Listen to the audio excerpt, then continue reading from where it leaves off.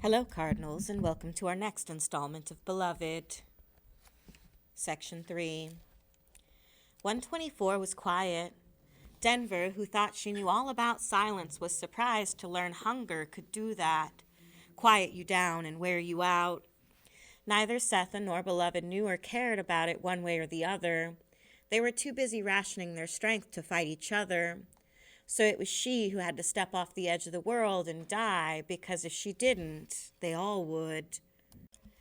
The flesh between her mother's forefinger and thumb was thin as china silk, and there wasn't a piece of clothing in the house that didn't sag on her. Beloved held her head up with her palms of her hands and slept wherever she happened to be, and whined for sweets, although she was getting bigger, plumper by the day. Everything was gone except 2 laying hens, and somebody would soon have to decide whether an egg every now and then was worth more than 2 fried chickens. The hungrier they got, the weaker. The weaker they got, the quieter they were, which was better than the furious arguments, the poker slammed up against the wall, all the shouting and crying that followed that one happy January when they played. Denver had joined in the play, holding back a bit out of habit, even though it was the most fun she'd ever known. But once Setha had seen the scar, the tip of which Denver had been looking at whenever Beloved undressed, the little curved shadow of a smile in the coochie place under the chin. Once Setha saw it and fingered it and closed her eyes for a long time, the 2 of them cut Denver out of the games. The cooking games, the sewing games, the hair and dressing up games.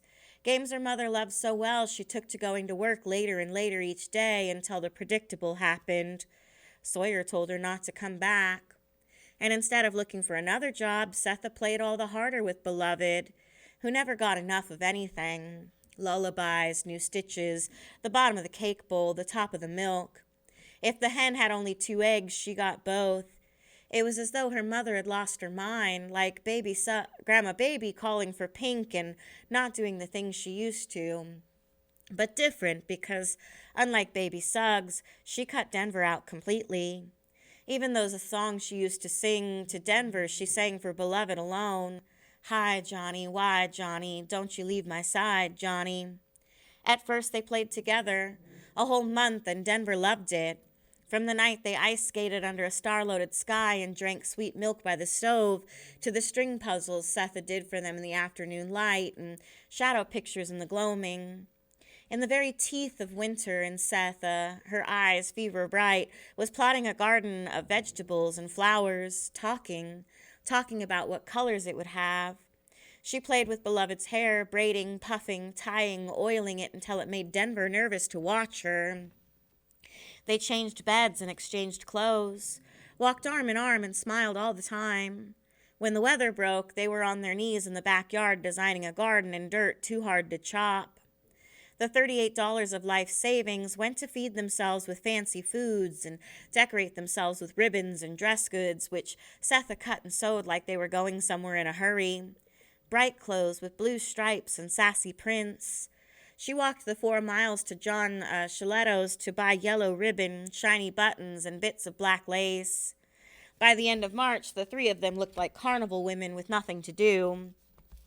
When it became clear that they were only interested in each other, Denver began to drift from the play, but she watched it, alert for any sign that Beloved was in danger.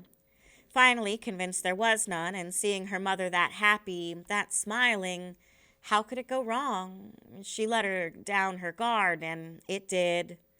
Her problem at first was trying to find out who was to blame. Her eye was on her mother for a signal that the thing that was in her was out and she would kill again. But it was Beloved who made demands. Anything she wanted, she got. And when Setha ran out of things to give her, Beloved invented desire. She wanted Setha's company for hours to watch the layer of brown leaves waving at them from the bottom of the creek, in the same place where, as a little girl, Denver played in the silence with her. Now the players were altered. As soon as the thaw was complete, Beloved gazed at her gazing face, rippling, folding, spreading, disappearing into the leaves below. She flattened herself on the ground, dirtying her bold stripes, and touched the rocking faces with her own. She filled basket after basket with the first things warmer weather let loose on the ground: dandelions, violets, forsythia, presenting them to Setha, who arranged them, stuck them, wound them all over the house. Dressed in Setha's dresses, she stroked her skin with the palm of her hand. She imitated Setha, talked the way she did, laughed her laugh, and used her body the same way down to the walk, the way Setha moved her hands and sighed through her nose, held her head. Sometimes, coming upon them making men and women cookies or tacking scraps of cloth on baby Suggs's old quilt, it was difficult for Denver to tell who was who. Then the mood changed and the arguments began. Slowly at first, a complaint from Beloved, an apology from Setha, a reduction of pleasure at some special effort the older woman made. Wasn't it too cold to stay outside? And Beloved gave a look that said, so what? Was it past bedtime? The light no good for sewing? Beloved didn't move, said, do it. And Setha complied. She took the best of everything first, the best chair, the biggest piece, the prettiest plate, the brightest ribbon for her hair. And the more she took, the more Setha began to talk, explain, describe how much she had suffered, been through for her children, waving away flies and grape arbors, crawling on her knees to a lean-to, none of which made the impression it was supposed to. Beloved accused her of leaving her behind, of not being nice to her, not smiling at her. She said they were the same, had the same face. How could she have left her? And Setha cried, saying she never did or meant to, that she had to get them out, away, that she had the milk all the time and had the money too for the stone, but not enough. That her plan was always that they would all be together on the other side forever. Beloved wasn't interested. She said when she cried there was no one. The dead men lay on top of her, that she had nothing to eat. Ghosts without skin stuck their fingers in her and said, Beloved in the dark and bitch in the light. Setha pleaded for forgiveness, counting, listing again and again her reasons, that Beloved was more important and meant more to her than her own life, that she would trade places any day, give up her life, any minute and hour of it, to take back just one of Beloved's tears. Did she know it hurt her when the mosquitoes bit her baby? That to leave her on the ground to run into the big house drove her crazy? That before leaving Sweet Home, Beloved slept every night on her chest or curled on her back? Beloved denied it. Setha never came to her, never said a word to her, never smiled, and worst of all, never waved goodbye or even looked her way before running away from her. When once or twice Setha tried to assert herself, be the unquestioned mother whose word was law and who knew what was best, Beloved slammed things, wiped the table clean of plates, threw salt on the floor, broke a window pane. She was not like them. She was wild game, and nobody said, get on out of here, girl, and come back when you get some sense. Nobody said, you raise your hand to me and I will knock you into the middle of next week. Axe the trunk, the limb will die. Honor thy mother and father, that thy days may be long upon the land which the Lord thy God giveth thee. I will wrap you round that doorknob. Don't nobody work for you, and God don't love ugly ways. No, no. They mended the plates, swept the salt, and little by little it dawned on Denver that if Setha didn't wake up one morning and pick up a knife, Beloved might. Frightened as she was by the thing in Setha that could come out, it shamed her to see her mother serving a girl not much older than herself. When she saw her carrying out Beloved's night bucket, Denver raced to relieve her of it, but the pain was unbearable when they ran low on food, and Denver watched her mother go without, pick-eating around the edges of the table and stove, the hominy that stuck on the bottom, the crusts and rinds and peelings of things. Once she saw her run her longest finger deep in an empty jar before rinsing and putting it away. They grew tired, and even Beloved, who was getting bigger, seemed nevertheless as exhausted as they were. In any case, she substituted a snarl or a tooth suck for waving a poker around, and 124 was quiet. Listless and sleepy with hunger, Denver saw the flesh between her mother's forefinger and thumb fade. Saw Setha's eyes bright but dead, alert but vacant, paying attention to everything about Beloved, her lineless palms, her forehead, the smile under her jaw, crooked and much too long. Everything except her basket-fat stomach. She also saw the sleeves of her own carnival shirtwaist cover her fingers, hems that once showed her ankles now swept the floor. She saw themselves be ribboned, decked out, limp and starving, but locked in a love that wore everybody out. And then Setha spit up something she had not eaten, and it rocked Denver like gunshot. The job she started out with, protecting Beloved from Setha, changed to protecting her mother from Beloved. Now it was obvious that her mother could die and leave them both, and what would Beloved do then? Whatever was happening, it only worked with 3, not 2, and since Beloved nor Setha seemed to care what the next day might bring, Setha happy when Beloved was, Beloved lapping devotion like cream, Denver knew it was on her. She would have to leave the yard, step off the edge of the world, leave the 2 behind, and go ask somebody for help. Who would it be? Who could she stand in front of who wouldn't shame her on learning that her mother sat around like a rag doll, broke down, finally, from trying to take care of and make up for? Denver knew about several people from hearing her mother and grandmother talk, but she knew personally only 2, an old man with white hair called Stamp and Lady Jones. Well, Paul D., of course, and that boy who told her about Setha, but they wouldn't do it all. Her heart kicked an itchy burning in her throat that made her swallow all her saliva away. She didn't even know which way to go. When Setha used to work at the restaurant, and when she still had money to shop, she turned right. Back when Denver went to Lady Jones's school, it was left. The weather was warm, the day was beautiful. It was April, and everything alive was tentative. Denver wrapped her hair in her shoulders. In the brightest of the carnival dresses and wearing a stranger's shoes, she stood on the porch of 124, ready to be swallowed up in the world beyond the edge of the porch. Out there where small things scratched and sometimes touched. Where words could be spoken that would close your ears shut. Where if you were alone, feeling could overtake you and stick to you like a shadow. Out there where there were places in which things so bad had happened that when you went near them, it would happen again. Like Sweet Home, where time didn't pass and where, like her mother said, the bad was waiting for her as well. How would she know these places? What was more, much more, out there were white people, and how could you tell about them? Setha said the mouth and sometimes the hands. Grandma Baby said there was no defense. They could prowl at will, change from one mind to another.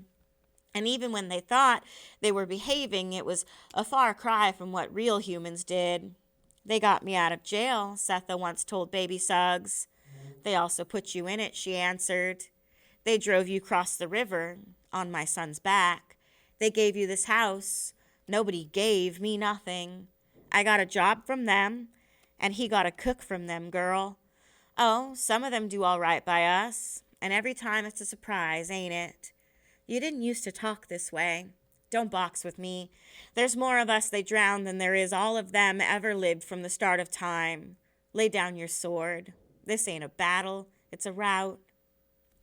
Remembering those conversations and her grandmother's last and final words, Denver stood on the porch in the sun and couldn't leave it.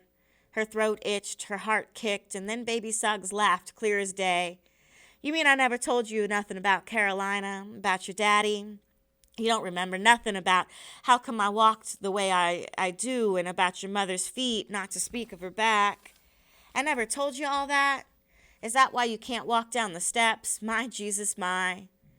But you said there was no defense. There ain't. Then what do I do? Know it. And go on out of the yard. Go on.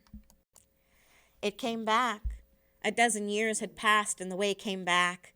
4 houses on the right, sitting close together in a line like wrens. The first house had 2 steps and a rocking chair on the porch. The second had 3 steps, a broom propped on the porch beam, 2 broken chairs, and a clump of forsythia at the side, no window at the front. A little boy sat on the ground chewing a stick. The third house had yellow shutters on its 2 front windows and pot after pot of green leaves with white hearts or red. Denver could hear chickens and the knock of a badly hinged gate. At the 4th house, the buds of a sycamore tree had rained down on the roof and made the yard look as though grass grew there. A woman, standing at the open door, lifted her hand halfway in greeting and then froze it near her shoulder as she leaned forward to see whom she waved to. Denver lowered her head. Next was a tiny fenced plot with a cow in it. She remembered the plot, but not the cow. Under her headcloth, her scalp was wet with tension. Beyond her, voices, male voices, floated, coming closer with each step she took. Denver kept her eyes on the road in case there were white men, in case she was walking where they wanted to, in case they said something and she would have to answer them. Suppose they flung out at her, grabbed her tighter. They were getting closer. Maybe she should cross the road, now. Was the woman who half waved at her still there in the open door? Would she come to her rescue, or, angry at Denver for not waving back, would she withhold her help? Maybe she should turn around, get closer to the waving woman's house. Before she could make up her mind, it was too late. They were right in front of her. Two men, Negro. Denver breathed. Both men touched their caps and murmured, "Morning, morning." And Denver believed her eyes spoke gratitude, but she never got her mouth open in time to reply. They moved left of her and passed on. Braced and heartened by that easy encounter, she picked up speed and began to look deliberately at the neighborhood surrounding her. She was shocked to see how small the big things were. The boulder by the edge of the road she once couldn't see over was a sitting on rock. Paths leading to houses weren't miles long, and dogs didn't even reach her knees. Letters cut into beeches and oaks by giants were eye level now. She would have known it anywhere. The post and scrap lumber fence was gray now, not white, but she would have known it anywhere. The stone porch sitting in a skirt of ivy, pale yellow curtains at the windows, the laid brick path to the front door, and wood planks leading around to the back, passing under the windows where she had stood on tiptoe to see above the sill. Denver was about to do it again when she realized how silly it would be to be found once more staring into the parlor of Mrs. Lady Jones. The pleasure she felt at having found the house dissolved suddenly in doubt. Suppose she didn't live there anymore, or remember her former student after all this time. What would she say? Denver shivered inside and wiped the perspiration from her forehead and knocked. Lady Jones went to the door expecting raisins. A child, probably, from the softness of the knock, sent by its mother with the raisins she needed in her contribution to the supper, was going to be worth the trouble. There would be any number of plain cakes, potato pies. She had reluctantly volunteered her own special creation, but said she didn't have the raisins. So raisins is what the president said would be provided, early enough so that there would be no excuses. Mrs. Jones, dreading the fatigue of beating batter, had been hoping she had forgotten. Her bake oven had been cold all week. Getting it to the right temperature would be awful.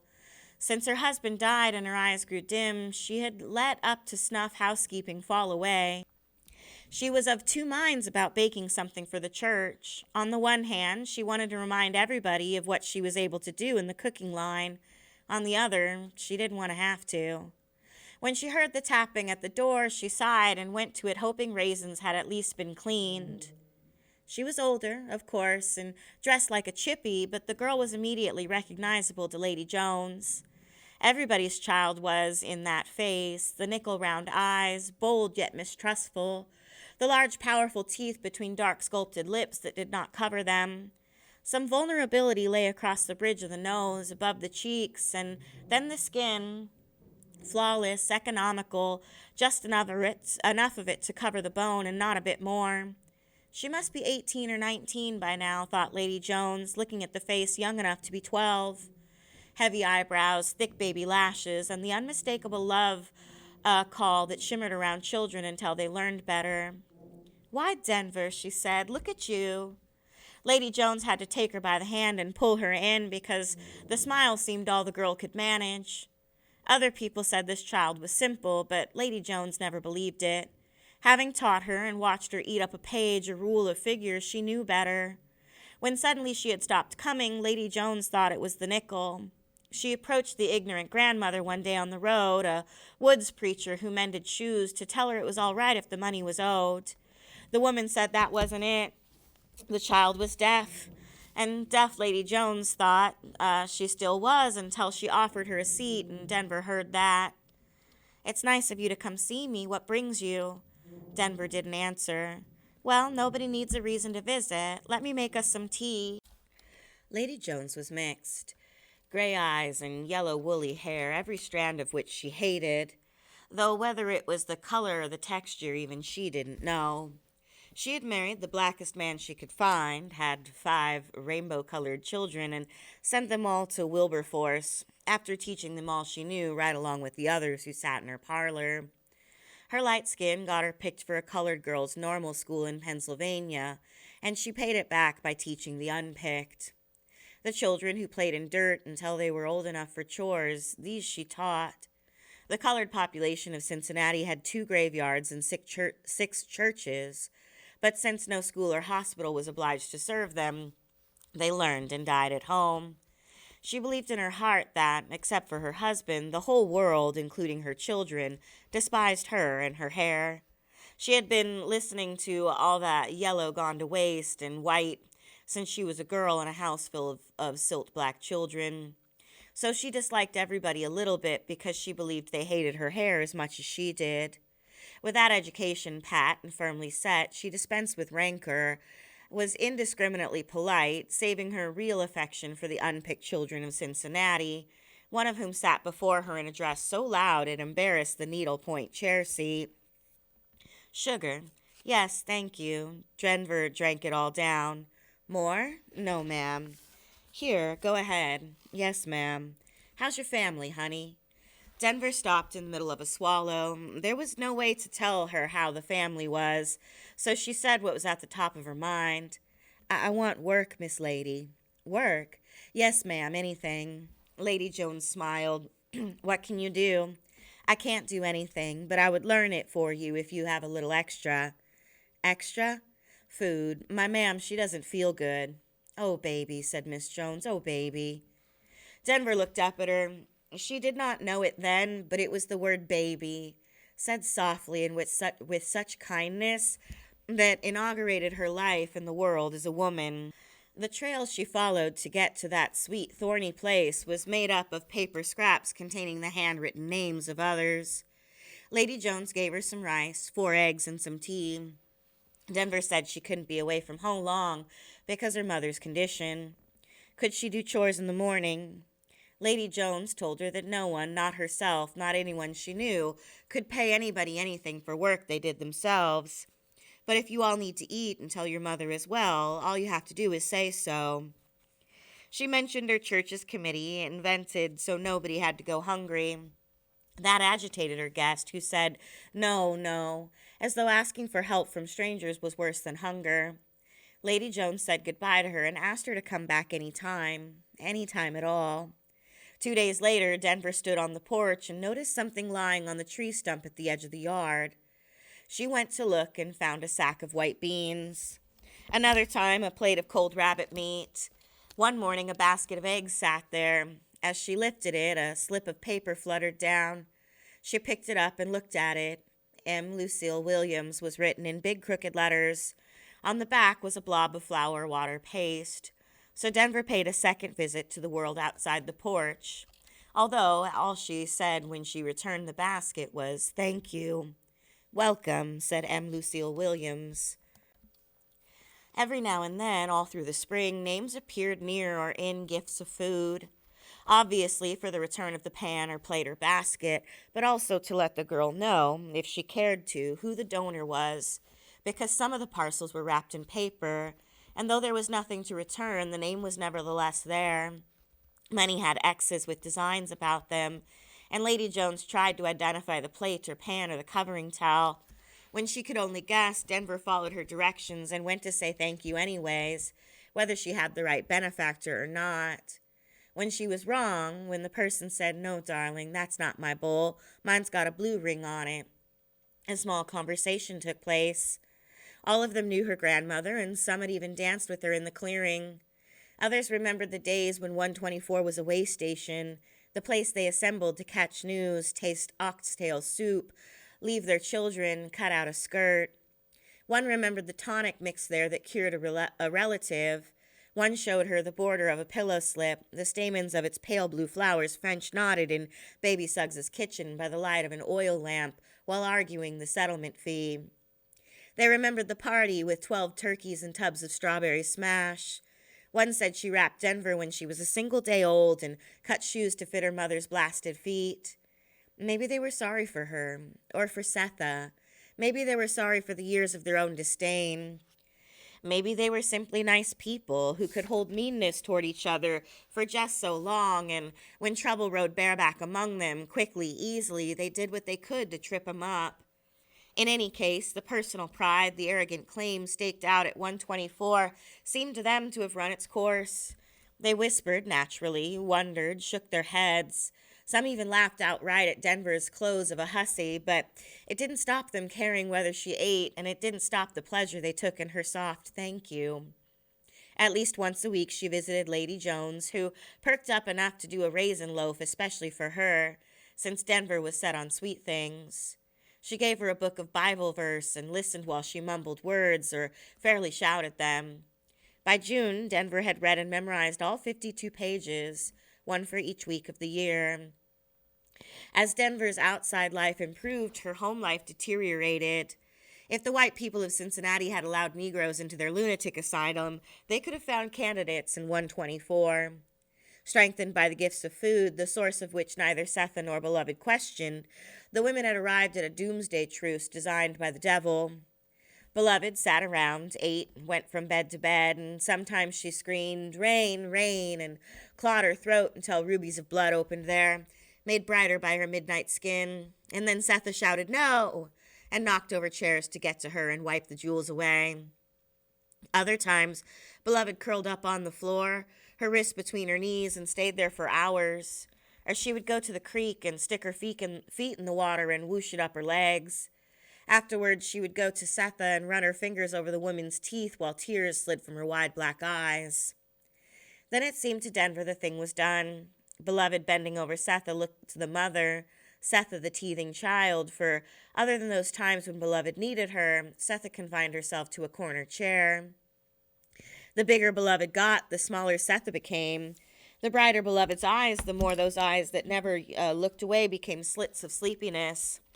Sethe no longer combed her hair or splashed her face with water. She sat in the chair, licking her lips like a chastised child, while Beloved ate up her life, took it, swelled up with it, grew taller on it, and the older woman yielded it up without a murmur. Denver served them both, washing, cooking, forcing, cajoling her mother to eat a little now and then, providing sweet things for Beloved as often as she could to calm her down. It was hard to know what would do from minute to minute.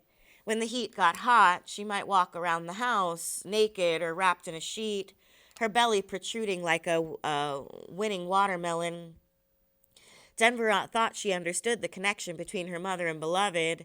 Sethe was trying to make up for the handsaw. Beloved was making her pay for it.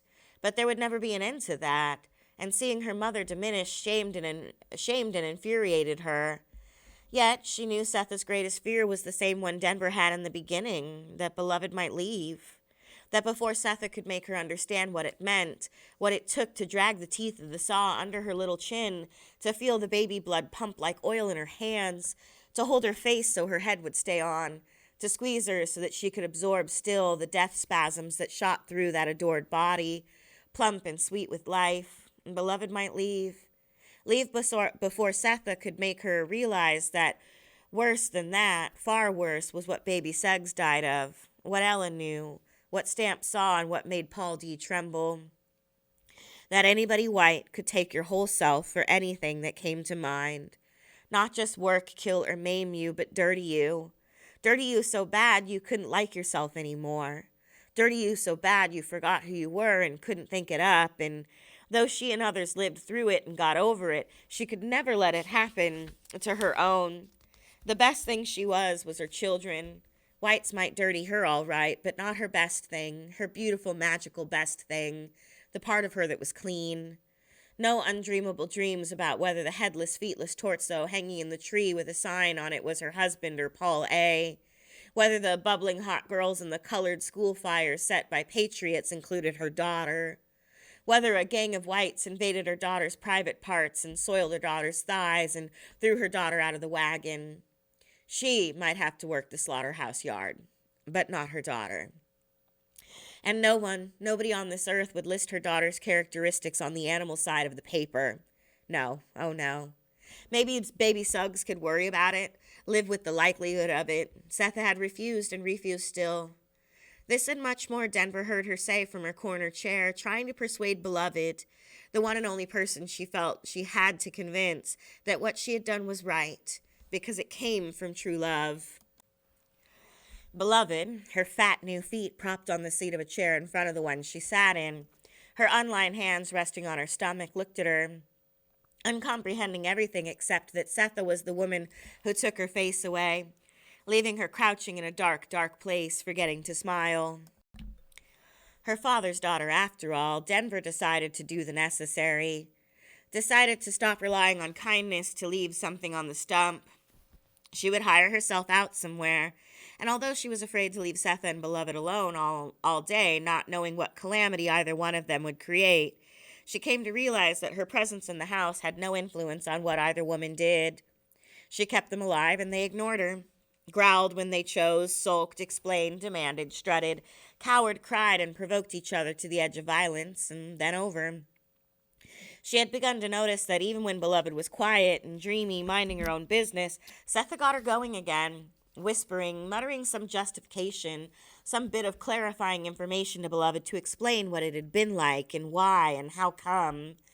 It was as though Setha didn't really want forgiveness given. She wanted it refused, and Beloved helped her out. Somebody had to be saved, but unless Denver got to work, there would be no one to save, no one to come home to, and no Denver either. It was a new thought, having a self to look out for and preserve.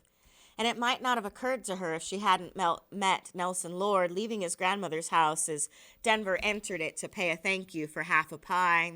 All he did was smile and say, "Take care of yourself, Denver." But she heard it as though it were what language was made for. The last time he spoke to her, his words blocked up her ears, and now they opened her mind. Weeding the garden, pulling vegetables, cooking, washing, she plotted what to do and how. The Bodwins were most likely to help since they had done it twice, once for baby Suggs and once for her mother. Why not the third generation as well?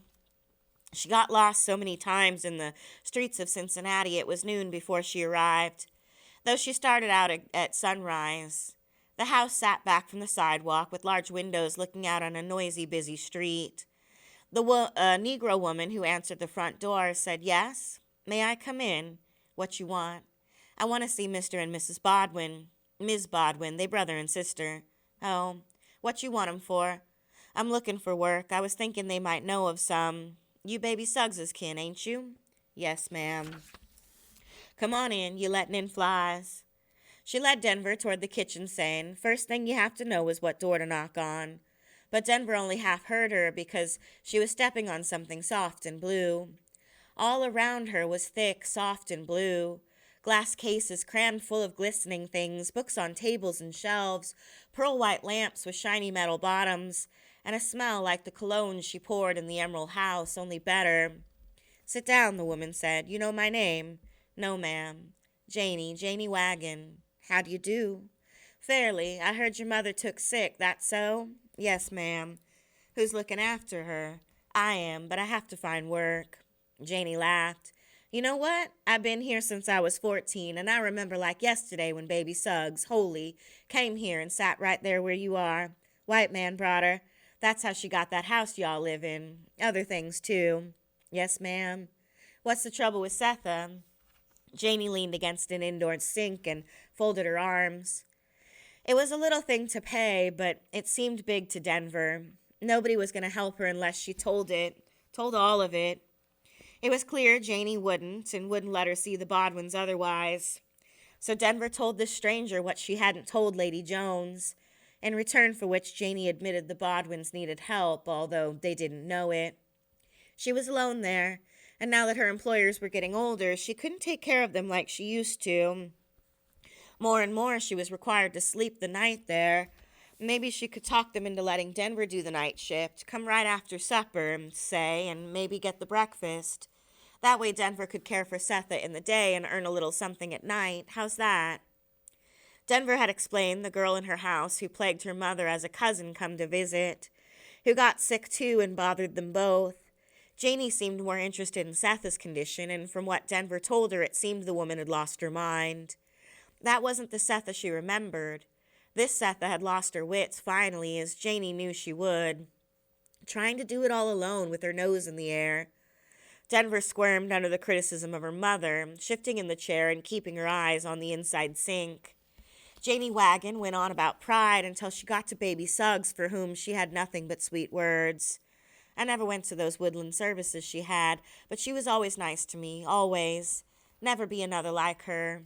I miss her too, said Denver. Bet you do. Everybody miss her.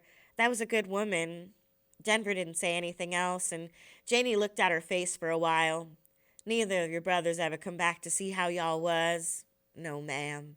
Ever hear from them? No, ma'am, nothing. Guess they had a rough time in that house.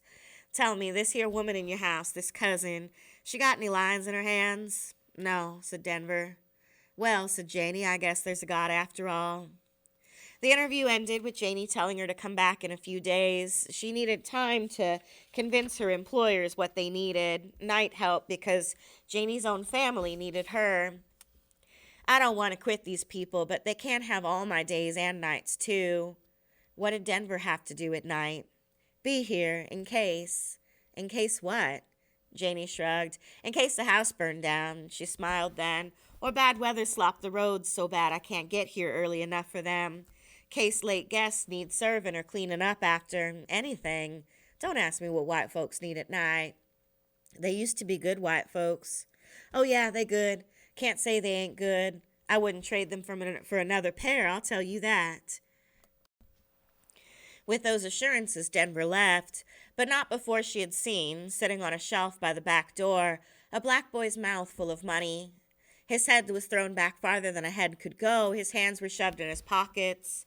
Bulging like moons, 2 eyes were all the face he had above the gaping red mouth. His hair was a cluster of raised, widely spaced dots made of nail heads, and he was on his knees. His mouth, wide as a cup, held the coins needed to pay for delivery or other small service, but could just as well have held buttons, pins, or crabapple jelly.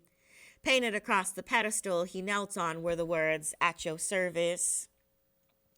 The news that Janie got hold of she spread among the other colored women. Setha's dead daughter, the one whose throat she cut, had come back to fix her. Setha was worn down, speckled, dying, spinning, changing shapes, and generally bedeviled. That this daughter beat her, tied her to the bed, and pulled out all her hair. It took them days to get the story properly blown up and themselves agitated, and then to calm down and assess the situation. They fell into 3 groups. Those that believed the worst, those that believed none of it, and those like Ella who thought it through. Ella, what's all this I'm hearing about Setha? Tell me it's in there with her, that's all I know. The daughter, the killed one? That's what they tell me. How they know that's her? It's sitting there, sleeps, eats, and raises hell, whipping Setha every day. I'll be a baby? No, grown. The age it would have been had it lived. You talking about flesh? I'm talking about flesh. Whipping her? Like she was batter. Guess she had it coming. Nobody got that coming. But Ella, but nothing. What's fair ain't necessarily right. You can't just up and kill your children. No, and the children can't just up and kill the mama. It was Ella, more than anyone, who convinced the others that rescue was in order. She was a practical woman who believed there was a root either to chew or avoid for every ailment. Cogitation, as she called it, clouded things and prevented action. Nobody loved her, and she wouldn't have liked it if they had, for she considered love a serious disability. Her puberty was spent in a house where she was shared by father and son, whom she called the lowest yet. It was the lowest yet who gave her a disgust for sex and against whom she measured all atrocities. A killing, a kidnap, a rape, whatever, she listened and nodded. Nothing compared to the lowest yet. She understood Setha's rage in the shed 20 years ago, but not a reaction to it, which Ella thought was prideful, misdirected, and Setha herself too complicated.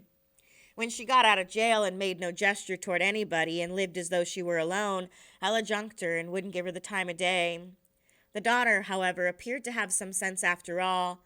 At least she had stepped out the door and asked for help she needed and wanted work. When Ella heard 124 was occupied by something or other beating up on Setha, it infuriated her and gave her another opportunity to measure what could very well be the devil himself against the lowest yet. There was also something very personal in her fury. Whatever Setha had done, Ella didn't like the idea of past errors taking possession of the present. Seth's crime was staggering, and her pride outstripped even that, but she could not countenance the possibility of sin moving on in the house, unleashed and sassy. Daily life took as much as she had. The future was sunset, the past something to leave behind. And if it didn't stay behind, well, you might have to stomp it out. Slave life, freed life, every day was a test and a trial. Nothing could be counted on in a world where, even when you were a solution, you were a problem. Sufficient unto the day is the evil thereof, and nobody needed more. Nobody needed a grown-up evil sitting at the table with a grudge. As long as the ghost showed out from its ghostly place, shaking stuff, crying, smashing, and such, Ella respected it. But if it took flesh and came into her world, well, the shoe was on the other foot. She didn't mind a little communication between the two worlds, but this was an invasion. "Shall we pray?" asked the woman. "Uh-huh," said Ella, "first. Then we got to get down to business." The day Denver was to spend her first night at the Bodwins, Mr. Bodwin had some business on the edge of the city and told Janie he would pick up the new girl before supper. Denver sat on the porch steps with a bundle in her lap, her carnival dress sun-faded to a quieter rainbow. She was looking to the right, in the direction Mr. Bodwin would be coming from. She did not see the women approaching, accumulating slowly in groups of 2s and 3s from the left. Denver was looking to the right. She was a little anxious about whether she would prove satisfactory to the Bodwins, and uneasy too because she woke up crying from a dream about a running pair of shoes. The sadness of the dream she hadn't been able to shake, and the heat oppressed her as she went about her chores. Far too early she wrapped a nightdress and hairbrush into a bundle. Nervous, she fidgeted the knot and looked to the right. Some brought what they could, and what they believed would work. Stuffed in apron pockets strung around their necks, lying in the space between their breasts. Others brought Christian faith as shield and sword. Most brought a little of both. They had no idea what they would do once they got there. They just started out, walked down Bluestone Road, and came together at the agreed-upon time. The heat kept a few women who promised to go at home. Others who believed the story didn't want any part of the confrontation and wouldn't have come no matter what the weather. And there were those like Lady Jones who didn't believe the story and hated the ignorance of those who did. So 30 women made up the company and walked slowly towards 124. It was 3 p.m. on a Friday, so wet and hot Cincinnati's stench had traveled to the country, from the canal, from hanging meat and things rotting in jars, from small animals dead in fields, town sewers, and factories. The stench, the heat, the moisture, trust the devil to make his presence known. Otherwise, it looked almost like a regular work day. They could have been going to do the laundry at the orphanage or the insane asylum, corn shucking at the mill, or to clean fish, rinse offal, cradle white babies, sweep stores, scrape hogskin, press lard, case pack sausage, or hide in tavern kitchens so white people didn't have to see them handle their food. But not today. When they caught up with each other, all 30, and arrived at 124, the first thing they saw was not Denver sitting on the steps, but themselves. Younger, stronger, even as little girls lying in the grass asleep. Catfish was popping grease in the pan, and they saw themselves scoop German potato salad onto the plate. Cobbler oozing purple syrup colored their teeth. They sat on the porch, ran down to the creek, teased the men, hoisted the children on their hips, or, if they were the children, straddled the ankles of old men who held their little hands while giving them a horsey ride. Baby Suggs laughed and skipped among them, urging more. Mothers, dead now, moved their shoulders to mouth harps. The fence they had leaned on and climbed over was gone. The stump of the butternut had split like a fan, but there they were, young and happy, playing in Baby Suggs's yard, not feeling the envy that surfaced the next day. Denver heard mumbling and looked to the left. She stood when she saw them. They grouped, murmuring and whispering, but did not step foot in the yard. Denver waved. A few waved back, but came no closer. Denver sat back down, wondering what was going on. A woman dropped to her knees, and half of the others did likewise. Denver saw lowered heads, but could not hear the lead prayer, only the earnest syllables of agreement that backed it. Yes, yes, yes, oh yes, hear me, do it, Maker, do it, yes. Among those not on their knees who stood hold 124 in a fixed glare was Ella, trying to see through the walls behind the door to What was really in there? Was it true that the dead daughter come back, or a pretend? Was it whipping Setha? Ella had been beaten every way but down. She remembered the bottom teeth she had lost to the break, and the scars from the belt were thick as rope around her waist. She had delivered, but would not nurse, a hairy white thing, fathered by the lowest yet. It lived 5 days, never making a sound. The idea of that pup coming back to whip her too set her jaw working, and then Ella hollered. Instantly, the kneelers and the standers joined her. They stopped praying and took a step back to the beginning. In the beginning, there were no words. In the beginning was the sound, and they all knew what the sound sounded like. Edward Bodwin drove a cart down Bluestone Road. It displeased him a bit because he preferred his figure astride Princess. Curved over his own hands, holding the reins, made him look the age he was. But he had promised his sister a detour to pick up a new girl. He didn't have to think about the way. He was headed for the house he was born in. Perhaps it was his destination that turned his thoughts in time, the way it dripped or ran. He had not seen the house for 30 years, nor the butternut in front, the stream at the rear, nor the blockhouse in between, not even the meadow across the road. Very few of the interior details did he remember because he was 3 years old when his family moved into town. But he did remember that the cooking was done behind the house, the well was forbidden to play near, and that women died there. His mother, grandmother, an aunt, an older sister before he was born. The men, his father and grandfather, moved with himself and his baby sister to Court Street 67 years ago. The land, of course, 80 acres of it on both sides of Bluestone, was the central thing, but he felt something sweeter and deeper about the house, which is why he rented it for a little something if he could get it. But it didn't trouble him to get no rents at all, since the tenants at least kept it from disrepair, total abandonment would permit. There was a time when he buried things there, precious things he wanted to protect. As a child, every item he owned was available and accountable to his family. Privacy was an adult indulgence, but when he got to be one, he seemed not to need it. The horse trotted along, and Edward Bodwin cooled his beautiful mustache with his breath. It was generally agreed upon by the women in society that, except for his hands, it was the most attractive feature he had. Dark, velvety, its beauty enhanced by his strong, clean-shaven chin. But his hair was white, like his sister's, and had been since he was a young man. It made him the most visible and memorable person at every gathering, and cartoonists had fastened on to the theatricality of his white hair and his big black mustache whenever they depicted local political antagonism. 20 years ago, when the society was at its height in opposing slavery, it was as though his coloring was itself the heart of the matter. The bleached was what his enemies called him, and on a trip to Arkansas, some Mississippi rivermen, enraged by the Negro boatmen they competed with, had caught him and shoe-blackened his face and his hair. Those heady days were gone now. What remained was the sludge of ill will, dashed hopes, and difficulties beyond repair. A tranquil republic? Well, not in his lifetime. Even the weather was getting to be too much for him. He was either too hot or freezing, and this day was a blister. He pressed his hat down to keep the sun from his neck, where heat stroke was a real possibility. Such thoughts of mortality were new to him. He was over 70 now, but they still had the power to annoy. As he drew closer to the old homestead, the place that continued to surface in his dreams, he was even more aware of the way time moved.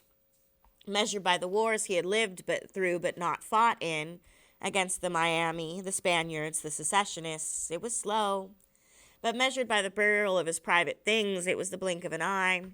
Where exactly was the box of tin soldiers, the watch chain with no watch? And who was he hiding them from? His father, probably, a deeply religious man who knew what God knew and told everybody what it was. Edward Bodwin thought him an odd man in so many ways, yet he had one clear directive: human life is holy, all of it, and that his son still believed, although he had less and less reason to. Nothing since was as stimulating as the old days of letters, petitions, meeting, debates, recruitments, quarrels, rescue, and downright sedition.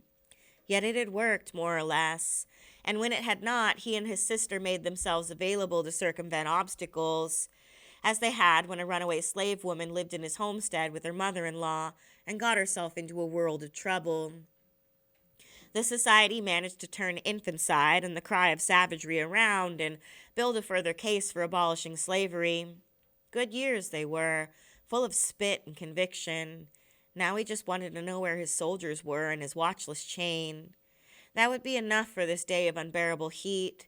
Bring back the new girl and recall exactly where his treasure lay. Then home, supper, and God willing, the sun would drop once more to give him the blessing of a good night's sleep. The road curved like an elbow as he approached it. He heard the singers before he saw them. When the women assembled outside 124, Setha was breaking a lump of ice into chunks. She dropped the ice pick into her apron pocket to scoop the pieces into a basin of water. When the music entered the window, she was wringing a cool cloth to put on Beloved's forehead. Beloved, sweating profusely, was sprawled on the bed in the keeping room, a salt rock in her hand. Both women heard it at the same time, and both lifted their heads. As the voices grew louder, Beloved sat up and licked the salt and went to the bigger room. Setha and she exchanged glances and started toward the window. They saw Denver sitting on the steps, and beyond her, where the yard met the road, they saw the rapt faces of 30 neighborhood women. Some had their eyes closed, others looked at the hot, cloudless sky. Setha opened the door and reached for Beloved's hand, and together they stood in the doorway. For Setha, it was as though the clearing had come to her, with all of its heat and simmering leaves, where the voices of women searched for the right combination, the key, the code, the sound that broke the back of words, building voice upon voice until they found it, and when they did, it was a wave of sound wide enough to sound deep water and knock the pods off chestnut trees. It broke over Setha, and she trembled like the baptized in its wash. The singing women recognized Setha at once and surprised themselves by their absence of fear when they saw what stood next to her. The devil child was clever, they thought, and beautiful. It had taken the shape of a pregnant woman, naked and smiling in the heat of the afternoon sun. Thunderback and glistening, she stood on long, straight legs, her belly big and tight, vines of hair twisted all over her head. Jesus. Her smile was dazzling. Setha feels her eyes burn, and it may have been to keep them clear that she looks up. The sky is blue and clear, not one touch of death in the definite green of the leaves. It's when she lowers her eyes to look again at the loving faces before her that she sees him. Guiding the mare, slowing down, his black hat wide-brimmed enough to hide his face but not his purpose. He's coming into her yard, and he's coming for her best thing. She hears wings. Little hummingbirds stick needlebeaks right through her headcloth and into her hair and beat their wings. And if she thinks anything, it's no, no, no, no, no, no, and she flies. The ice pick is not in her hand. It is her hand. Standing alone on the porch, Beloved is smiling, but now her hand is empty. Setha's running away from her, running, and she feels the emptiness in the hand Setha had been holding, and now she's running into the faces of the people out there, joining them and leaving Beloved behind, alone, again. And then Denver's running too, away from her to the pile of people out there, and they make a hill of black people falling, and above them all, rising from his place with a whip in his hand, the man without skin looking. He's looking at her.